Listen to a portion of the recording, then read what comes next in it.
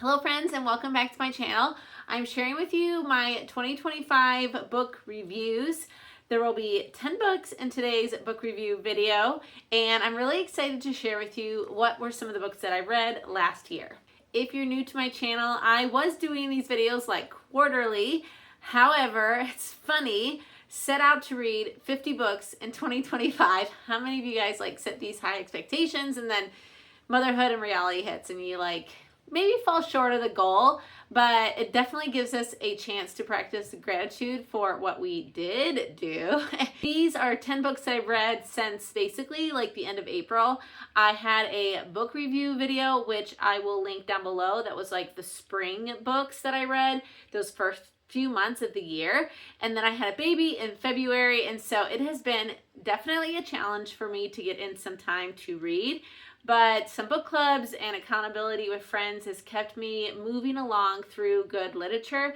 Very grateful for that. All of these books either brought me just some laughter and delight, or they built me as a person. And so I do value the importance of reading a book as a mom and as adults. And sometimes we just have to sacrifice to make sure we get in a few pages here and there, or I utilize those audiobooks. So I have 10 books that I'm going to be reviewing in this video. If you have a favorite book from 2025, please let me know that down below. I will say I'm not going to be reviewing books that I read to my kids or books that we read together as a family in school.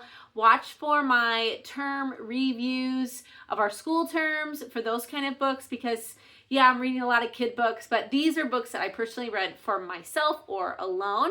And so just wanted to clarify that separation. So let's get into the year 2025 and what that looked like. Okay, so I'm going to start with two books that I read that were nonfiction, which I think, of course, can provide the most instruction and value, and already diving into some new ones this year so far that I'm loving.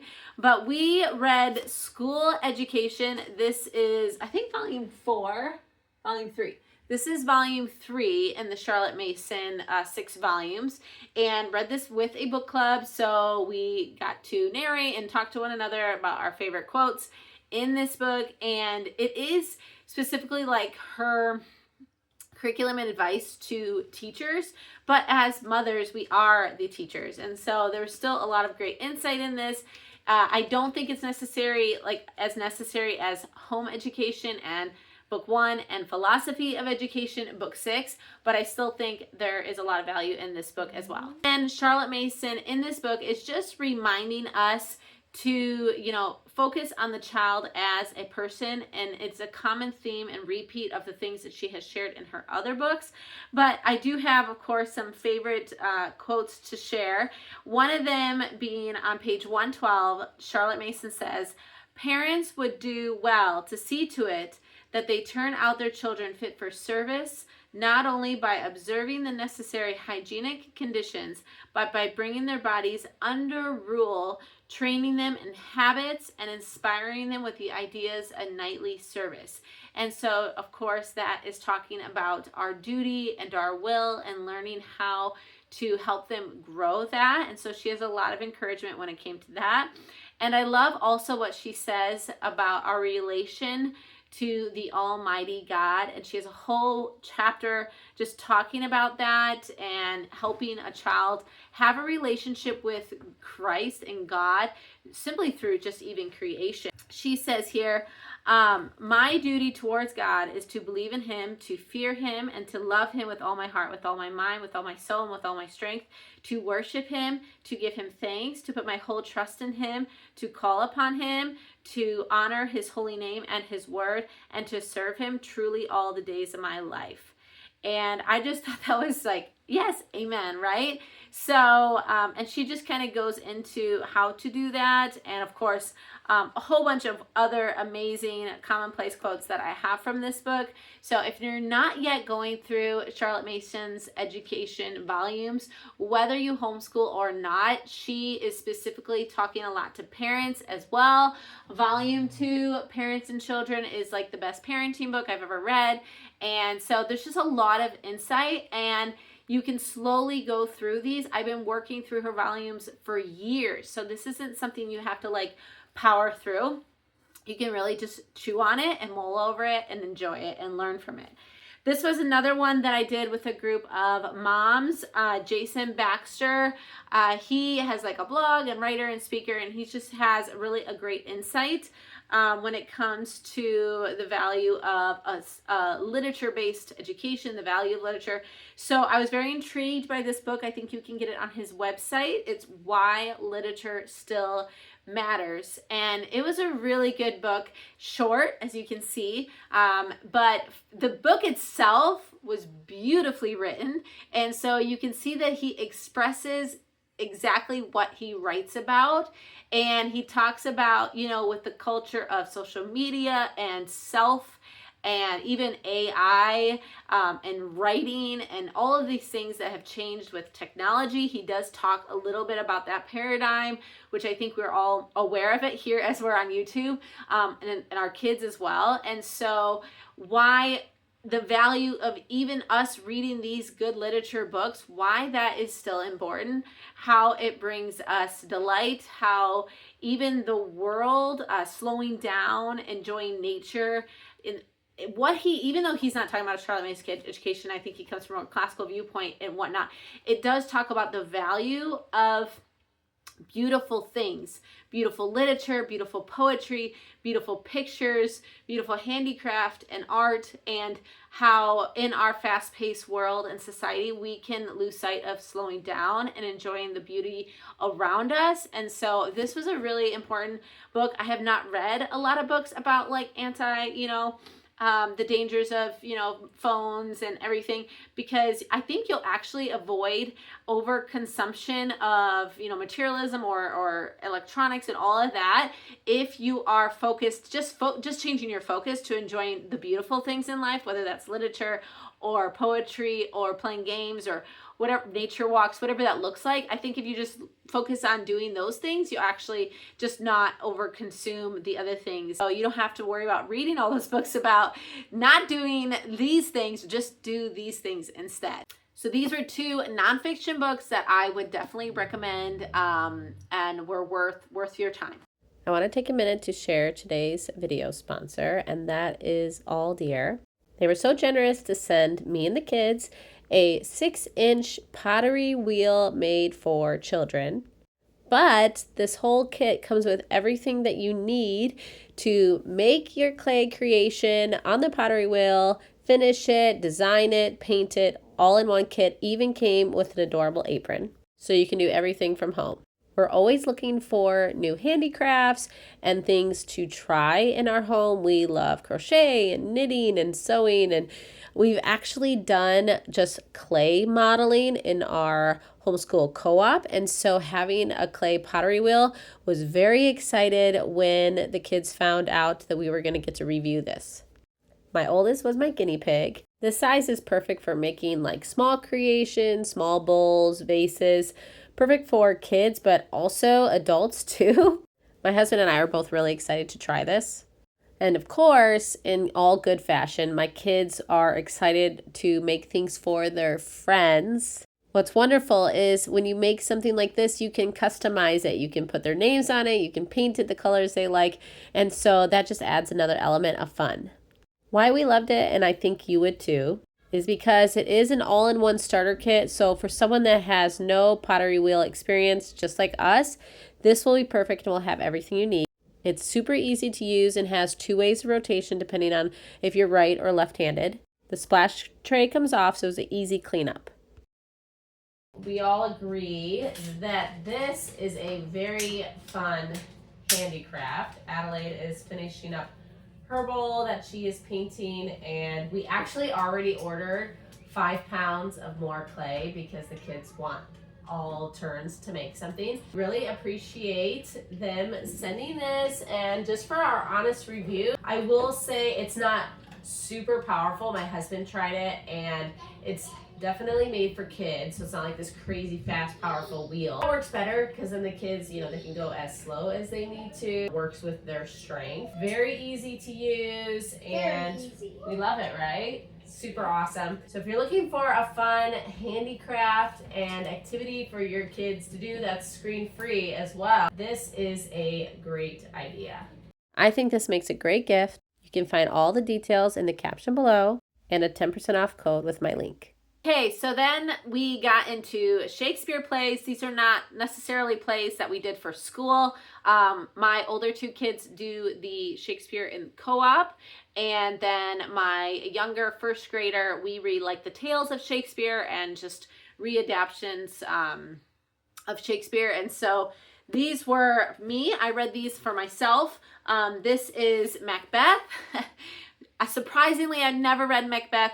In fact, Charlotte Mason has brought Shakespeare into my life because, being honest, never really read it in high school, my own homeschool, just didn't read Shakespeare. And so kind of having a crash course on Shakespeare.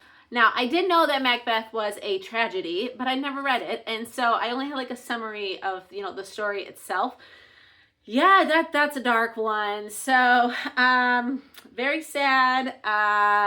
Definitely, I already know this. I've shared this before in book reviews. I don't do well with tragedies. This is a story of someone that couldn't kill everybody off, and eventually he just is an epic failure with trying to stop his own death, and his own, ability to reign. And so it's like a self-fulfilling prophecy in a sort of way. And so yeah, this was definitely a tragedy. It's always entertaining. I love Shakespeare's writing, and so it was interesting in that. So then Comedy of Error is a comedy. This one, my girls actually read in their co-op, but because I had not read this one yet, I try to pre-read or at least keep up with whatever they're reading so that we can like talk about it. I do not keep up with everything in their school, but I'm doing my best. Actually, I need to read Animal Farm by George Orwell because my oldest is going to be reading that here in like a couple months, and so I'm trying to stay ahead of them, just like one step ahead if I can. But this one was really funny. It is helpful if you like find a list of characters online because they all have very similar names and in similar places, and so it can be very confusing compared to other plays because the names are so similar, and it's two brothers and two sisters and just going back and forth, but always funny. A lot of humor. I listened to this one and I like laughed out loud with my headphones in just because he has such a good sense of humor, and I didn't really pick up on that when I first started Shakespeare, and I've gotten better and better at picking up his humor, and I think I will just continue to enjoy his comedies, especially over time as I get better at listening to him. And then the one thing that keeps me reading at least 11 times, 11 books, I can guarantee I'll read 11 books, because my sister has had her book club for like 4 or 5 years now, and that has at least 11 books because we take December off each year. And so I've been thankful for that because I've read a lot of good literature over the last couple of years, and I may have not read anything or very little fiction if it wasn't for that. So I think this was April or May's book, but I had read a couple that I reviewed in that spring book review video. So check out that if you want to see what other book clubs we read, books we read in the book club. And then this one like picked up after that. And so this was Uncle Tom's Cabin. Surprisingly, had not read this one yet.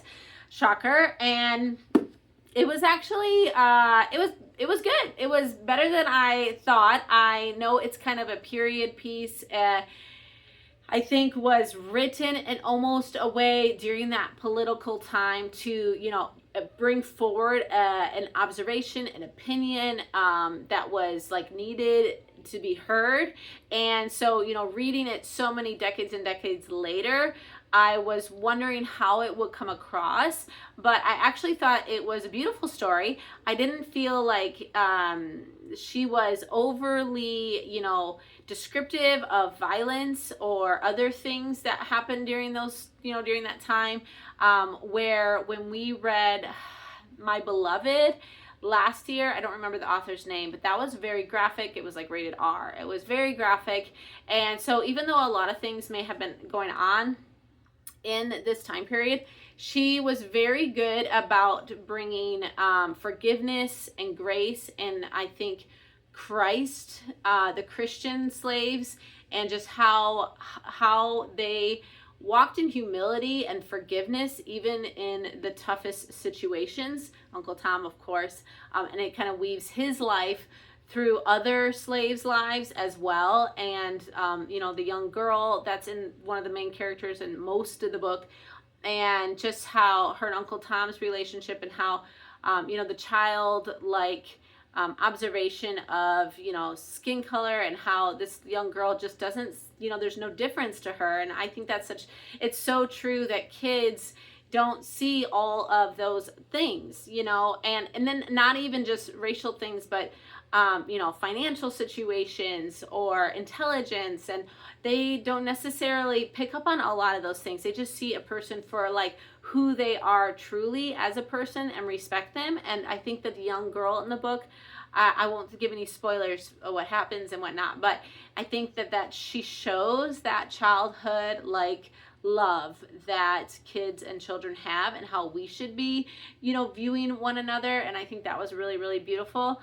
And there's a lot of other good points to the book. And of course it's sad, but it also has a beautiful ending for both the slave and those that are the slave owners. So this was a good book. I could see why it's a, you know, a book that's read in high school, just because it is PG for sure, and but it's still really valuable. And I love that it comes from a Christian perspective. I think that's really important as well. Okay, so last year I read the Harry Potter series for the first time in my life, age 36. You know, it took like 20 years for me to read Harry Potter. Did get through those, and so we had this one in our book club this year. This is a play. I would love to see the play. We actually looked up tickets, but it wasn't going to be here locally. So if it ever does come around again, I would go see this. I do love theater. I think I haven't been in years, but it's a lot of fun. And I love to see plays. We went and saw an opera last year, Shakespeare opera. That was so fun, so funny. So I would love to go see this play if it ever came to like the Chicago, Milwaukee area. That would be amazing. But this is J.K. Rowling. And it's about their child, Harry's child, and his son, his second born, and like, you know, the cursed child, and what he goes through when he goes to the school and everything, and like it's a little story. So it's a very, very, very fast read because it's a play, and you can see mixed reviews online, but the story is really good. I think it goes up to par with the plot of the other books. It's just this is a play, and so it's written a lot different because you're reading a script. So if you've never read a script before, or like, you know, like Shakespeare is a script, it may feel kind of, you know, you're missing all of the descriptive, you know, scenes, and, you know, all the environmental things like that you're getting in a book, the thought processes and all that inner dialogue. That a lot of that is missing because you're reading a play. So I think that's probably why people are like, it's just not as good. Well, it's different. It's different. I still found it entertaining, and I thought it was good. So along those lines of Harry Potter, some of the Yodo cards that we got were like the Harry Potter extra stories. It was like the Fantastic Beast, and the one was Tales of Beetle Bard. And so I was trying to like listen to those because I got them for the kids. I'm almost done with Fantastic Beast. And then I did finish reading Tales of Beetle Bard, and that was a really just short couple-hour book on audio that I listened to, and I actually found it really entertaining. If you have read a lot of like fairy tales in school, folk tales, anything like that, you'll probably find it really funny because it's like folklore of the Harry Potter world. And so it's almost like she made, just like we have fairy tales and folklore, she like made her own. It's like the stories that moms read to kids, you know, at night, like cautionary tales, what not to do, beware. So anyway, those were really fun. Those are obviously kid friendly books, and so I think that they should probably read Harry Potter first, just because it's relevant, because they talk about the Beetle Bard stories in the books, and so she just kind of like goes into that a little bit more. My sister almost always does a Neil Gaiman book on her yearly list. We have one this year as well, and I picked up a few more. And so this one was really good. This was Norse mythology, which was perfect because I'm actually reading Norse mythology with my girls this year. We're doing Asgard to Athens together. We're doing the Anne White guide. And so Neil Gaiman, he does a lot of like fantasy, sci-fi, and so this is his retelling of Norse mythology. So the stories are not necessarily new. He just took like, all the versions of like mythology that he's read, and then he did his own book and storytelling of those, but he's really funny. And so Thor and Loki have a really just funny banter back and forth, and even Odin. And so I thought his retelling of the stories was really, really funny. Easy to read, not necessarily for kids. Norse mythology definitely has some questionable things. They're fairy tales after all. But if you've never read Neil Gaiman, this is a great one to start with because it is short and quick. And I would definitely check him out. He is a current author. He's alive and writing still. And so it is nice to sometimes find contemporary authors that are still good at storytelling, just like our, Victorian favorites. And so this was a good one. I definitely gave this 5 stars. So the next one we read was The Carpet People by Terry Pratchett. Now, he's a New York Times bestselling author. I never read him before. I would like to read more of his books. This one was like, okay. I think I gave it a 3 out of 5 stars on Goodreads, which if you're on Goodreads, look me up. I'd love to see what you're reading and what you're reviewing. But this one was more for kids. This was, I guess, one of his first books that he ever wrote back in like high school or college or something. And then when he became famous from other books, he revisited this story from his youth and he like revamped it, rewrote it. And it was definitely entertaining because it's about carpet people, like people that live in the carpet. And so the analogies of like the threads and, the great edge and all of these things, and the creatures, the evil creatures, and the colors that change in the forest. So it's definitely entertaining that way, and I think my girls would like this book. I would put it under like youth reading. It was an easy read, not complicated, very simple plot lines, nothing crazy. So it was entertaining. Would I read it again? Probably not, but I do want to read more of his books. I like this style of writing, and I've heard, he's a New York Times bestseller, and it's like you don't just become a New York Times bestseller just like that. But yeah, the actual illustrations in this book were from like 1971, so these were like his book from when he was young. So I do think that's cool because, a lot of writers probably have been writing their whole lives and have a lot of like short stories and things that they wrote back before they were famous, and then they became famous from something else. And so to revisit those ideas, I think is really just entertaining. So the 10th book that I'm sharing with you guys in this book review video is one that we read at the end of the year, and it's part of a trilogy. It is Out of the Silent Planet by C.S. Lewis. It is his like sci-fi trilogy. I read these back in high school, but it's always more fun to read books, I think, with a book club, because then everybody has like their opinions and their takes on it, and it's just very entertaining. But I knew it was going to be good. Of course, I forgot most of the story because after 20 years, obviously, there's fragments of the story, but I love that we get to revisit these books, and as an older person too.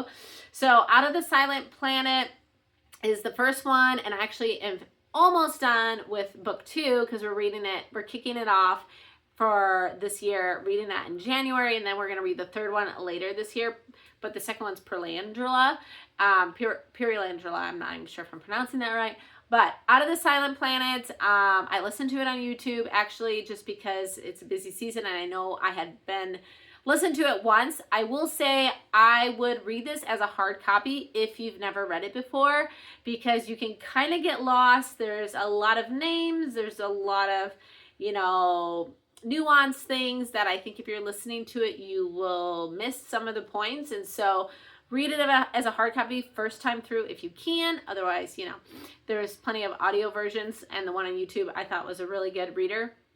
So C.S. Lewis, 5 out of 5. I don't know if there's any books I've ever read that I didn't give a 5 out of 5 of C.S. Lewis. It is building, of course, into the 2nd and 3rd book. And so keep that in mind with the 5-star review is it's just a partial story, but Earth is like the silent planet, and of course there's these other planets. So this is their journey, him and another 2 guys and their journey to Mars. And it's amazing to me that C.S. Lewis wrote this, I don't know, 60s or something like that. And, planets and like what we were learning about with space. And so his description of like a spaceship and going to Mars and what life is like on Mars. And, you have like things like Star Wars, which are like way out of this world, but like his is kind of like a reality, like what it might be. I don't know. I find it better than Star Wars. So Mars, the world is ending. It's kind of like a dying world. It's an old world. And the creatures there are like, it's just this old world. And so kind of setting that, but Ransom is the main character, and it's his journey. He kind of got captured and took there, and it's just his journey there. And then he comes back and he has this story that he can share with the select few of his adventures on Mars. So really entertaining, really well read. You can actually like picture, C.S. Lewis is so good at his descriptions, and so you can kind of just imagine the world yourself. And I love sci-fi. I like fairy tales and fantasy, but I also like sci-fi too. I find it also entertaining. So anyways, that was a great one to end the year on. It's a great one to end this book review on. And definitely watch for my term reviews if you want to see more of like what I'm reading with the kids. Did we like it? Did we not like it? Those are all my school review videos. But if you like this one, give it a thumbs up. Let me know what you're reading, what your goal is to read in 2026. I'm going to hopefully get to like 25 books this year. I would love to hit 50. I was so close in 2024, and then I had a baby, and it was just like, but I am grateful for the books that I read, and I have a stack that I'm hoping to get to. We'll just see how it goes. So again, thanks for joining us today, and I will see you next time. Bye, friends.